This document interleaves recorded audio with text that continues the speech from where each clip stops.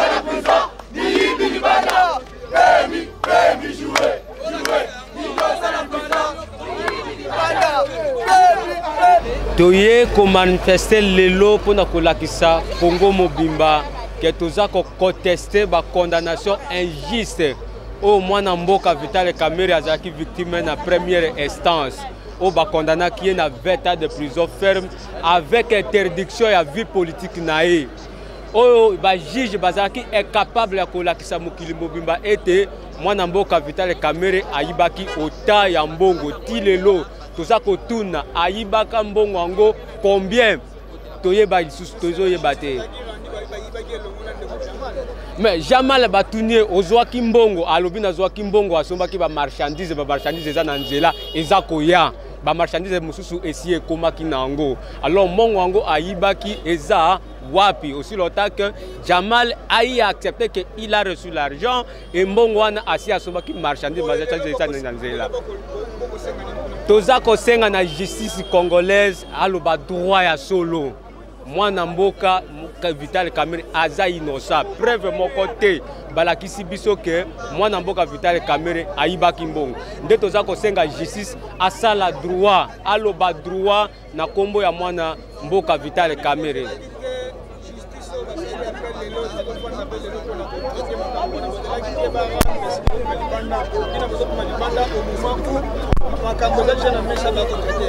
INC est un parti politique qui est à miboko en mboka. Tozalaki na état d'urgence. Tozalaki na confiance dans la justice. Que justice a koloba droit. Totosaki état d'urgence est décrété par le chef de l'État. Et que maintenant l'état d'urgence est longué. La base de l'INC va mobiliser pour dire non à l'injustice que subit notre leader. Non à la première instance, nous avons confiance dans Bangote. Le cas où tu as confiance, c'est que tu as droit à quitter. Nous avons un appel to telemi pour que to lingi droit sikoyo et l'Obama na dossier ya honorable Vital Kamerhe qui est notre leader national. Merci monsieur le journaliste.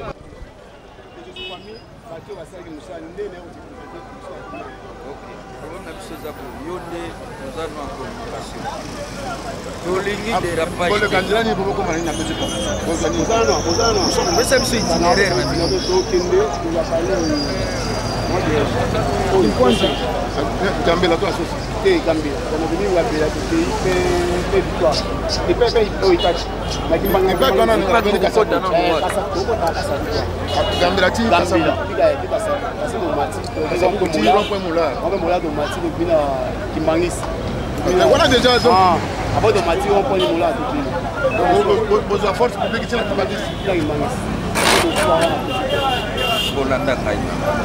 problème est ça, on est un problème de responsabilité. Parce que marche pacifique, c'est une capacité. Ce qui dérapage, c'est la responsabilité de là, la police sera obligée de rétablir l'ordre public. Jusque là, vous avez plein de droits à marcher, puisque ça marche, nous sommes là pour sécuriser. Yondo kobenga batu. Omoni nenge komi wana ekomi sko désordre. Yondo kobenga batu. Tala, omoni ba moto ningi bandiko telema na nzela. Baba bise déjà. Eza responsabilité na yo. Ya kopesa ete moto telema na nzela ya leta te. Konzelo yo population peut faire ça les nango sikoyo. Donc selon na batu na yo, on ne veut pas de dérapage. En cas de dérapage, vous recommandez un objectif. On a bandana nous avons présenté Naza secrétaire sectionnaire ya Lokari na fédération ya Massina oyo eza dirigé par Moutouamem Kasai Alain. Raison ya manifestation ya journée ya lelo ezali toye kosenga chef de l'État ayeba na ko s'impliquer na problème oyo ya président national Vital Kamerhe. Parce que pendant le déroulement, il y a procès, tout le monde a cru que le ministère public a une incapacité. Il y a démontré des preuves matérielles. Ils ont signifié qu'il y a eu détournement. Tout le monde est engoté. Donc, on a compris que il y a un acharnement politique. Nayango on a tout chef de l'État, le garant de la nation, le magistrat suprême. Aïbanako s'impliquer dans le problème il y a honorable Vital Kamerhe de manière à ce que Azwa acquittement, Azwa libération, sa condition.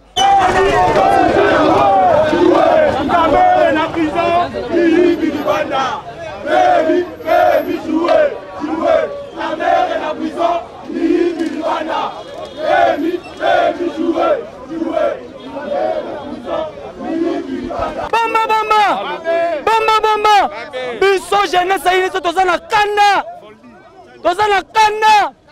message tozali kopesa na message tozali kopesa na peuple congolais innocent na kati ya prison ba voleur libanda. Comment se fait-il? Ça ce n'est pas l'état de droit, ça c'est l'injustice et le tribalisme politique. C'est pour cela nous, la jeunesse de l'ISA, nous sommes en train de réclamer tout simplement libération de Vital Kamerhe. Ceux qui vont libérer Vital Kamerhe, on dit que c'est la fait qui justifie les moyens. Jusqu'à aujourd'hui, on garde silence Nabiso, juste pour nous démontrer en face du monde que Kamerhe il est innocent. Donc si la justice est Moussala Sala, mais jusqu'à aujourd'hui, tout le monde connaît Vital Kamerhe, la qui on a pas Nabiso, jeunesse INC, tout le monde est nini. Bamba. Tu n'as pas l'habitude de tout le monde. Et ça est provocation théâtrale. C'est pour cela que nous avons un appel. Nous avons comment liberté à Vital Kamerhe.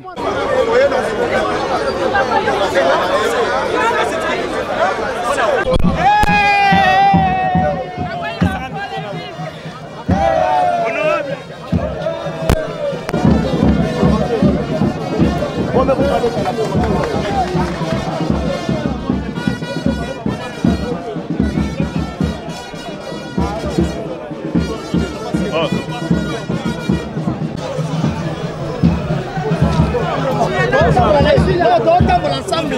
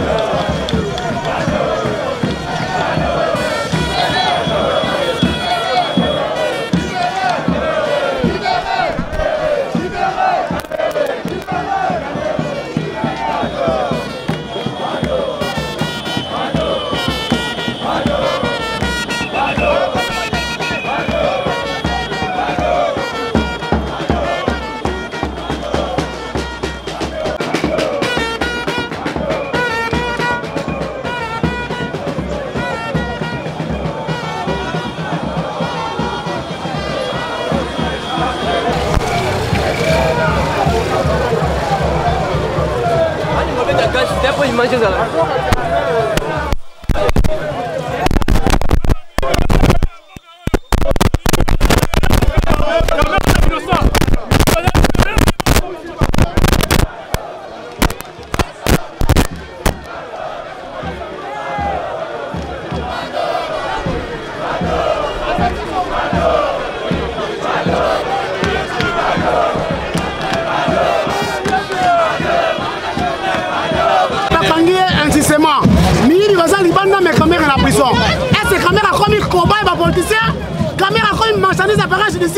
Nous demandons l'acquittement immédiat des Caméré.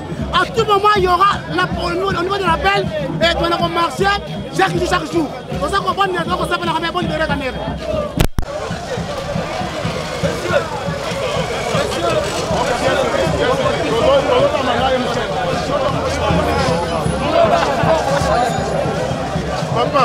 Papa, quand tu as la quantité,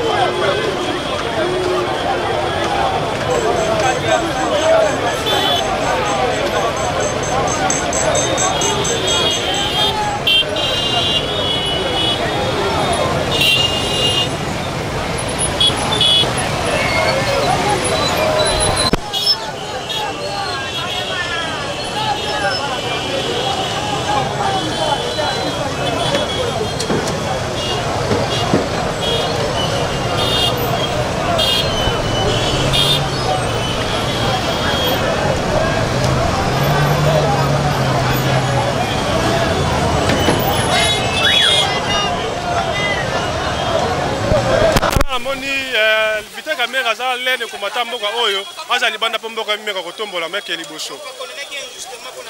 Oui oui.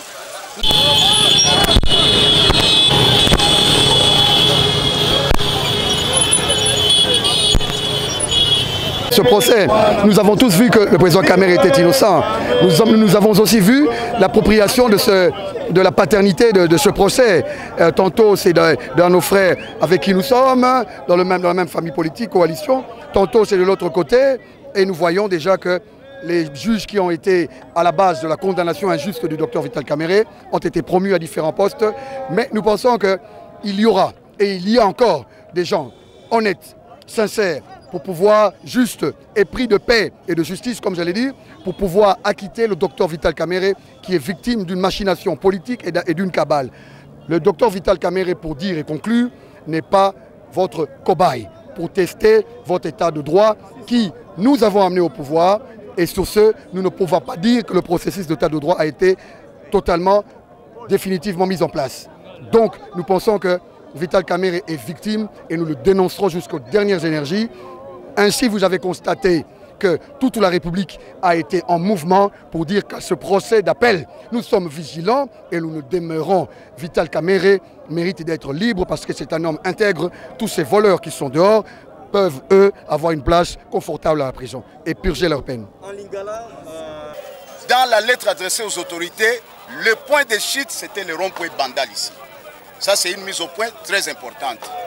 Et à ce niveau, nous en profitons au nom de tous les organisateurs.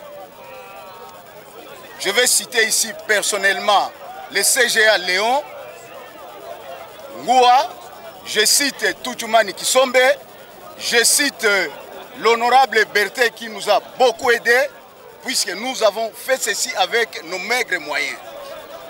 Au regard de la léthargie qui a caractérisé les partis depuis l'affaire 15 millions, on a invité le président national Vital Kamerhe pour l'arrêter. Il n'y a eu aucune réaction. Il a été condamné pour 20 ans. Aucune réaction.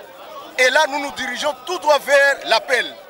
C'est comme ça que le camériste, ensemble avec toutes les associations caméristes, que nous remercions beaucoup aujourd'hui, nous sommes dit nous ne pouvons pas croiser les bras. Nous nous mettons debout pour, manifester notre attachement, notre amour, notre abnégation envers M. Vital Kamerhe. D'aider, montrer à la face du monde, contrairement à ce qu'il pensait, Kamerhe n'est pas abandonné par sa base. Troisièmement, dénoncer ces jugements iniques. Comment expliquer que pour un même dossier, les mêmes procès, il y a les uns qui sont acquittés, les autres qui sont condamnés pour 3 ans, et curieusement, la victime expiatoire Vital Kamerhe est condamnée pour 20 ans. C'est anormal et ça c'est injuste. En appel, nous voulons ici en appeler au chef de l'État, qui est le garant des institutions, qui est le chef direct de M. Vital Kamerhe, puisque il faut signaler ici que jusqu'au moment où nous parlons, M. Vital Kamerhe est encore directeur du cabinet du chef de l'État.